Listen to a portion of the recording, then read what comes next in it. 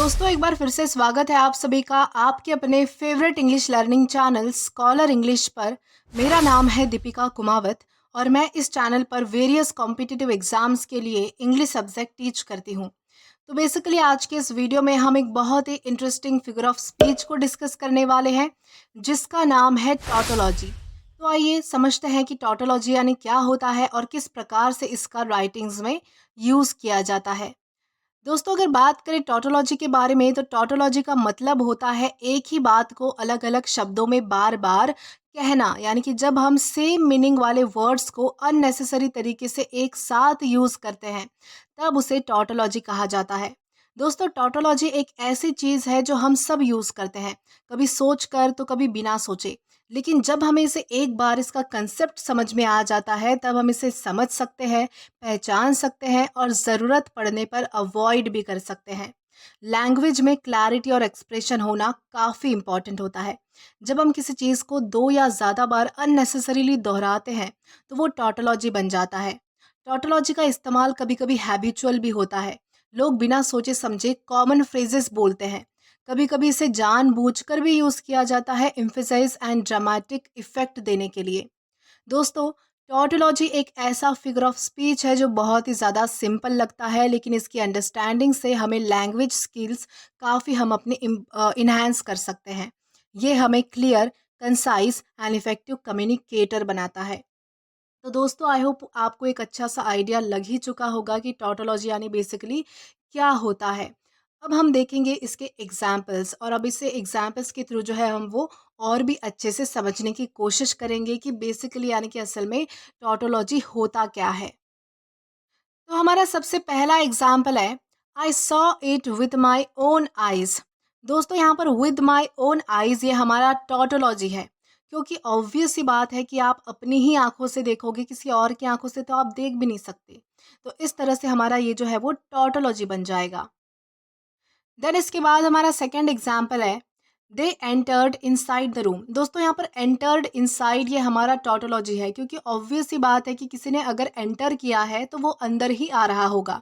अगर entered the room होता तो भी काफ़ी होता, इनसाइड की कोई यहाँ पर ज़रूरत नहीं थी। यानी कि ये सेम मीनिंग करने कन्वे करने वाले जो है वो दो वर्ड्स पास पास रखे गए हैं जो कि हमारे टॉटोलॉजी को बनाते हैं।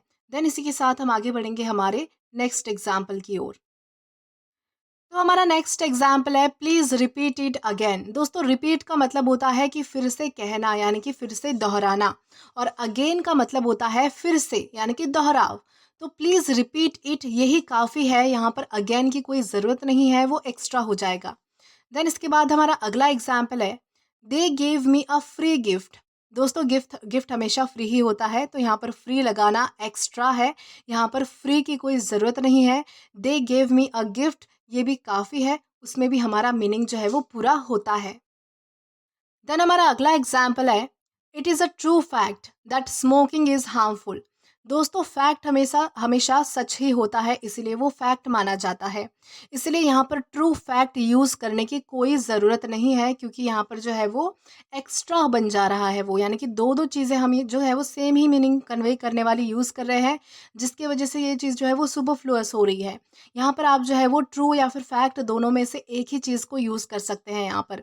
जैसे कि अगर आप जो है वो it is a true that smoking is harmful ये भी यूज़ करें तो करेक्ट है, या फिर it is a fact that smoking is harmful ये भी यूज़ करें तो सही है। दोनों में से एक ही यूज़ करना है, दोनों को साथ साथ यूज़ करने से वो हमारा टॉटोलॉजी बन जाता है।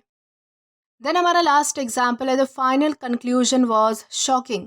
दोस्तों कंक्लूजन का मतलब ही होता है फाइनल नतीजा, यानी कि आखिरी नतीजा। तो यहाँ पर जो है वो फाइनल यूज़ करने की कोई भी ज़रूरत नहीं थी, सिर्फ कंक्लूजन भी यानी कि ठीक था, यानी कि पूरा हमारा सेंटेंस का मीनिंग दे रहा था, यानी कि द कंक्लूजन वॉज शॉकिंग। इससे हमारा पूरा मतलब निकल कर आ रहा था कि हमारा जो आखिरी नतीजा है वो बहुत ज़्यादा शॉकिंग रहा।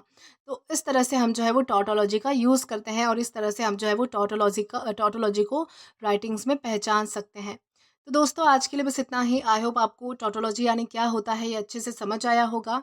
दोस्तों अगर आपने अभी तक हमारा टेलीग्राम चैनल ज्वाइन नहीं किया है तो टेलीग्राम पर English with Deepika Kumawat search करके या फिर डिस्क्रिप्शन में दिए गए लिंक के थ्रू डायरेक्ट आप हमारा टेलीग्राम चैनल ज्वाइन कर सकते हैं, ताकि आप कभी भी नए आने वाले वीडियो से रिलेटेड कोई भी अपडेट्स मिस ना करें।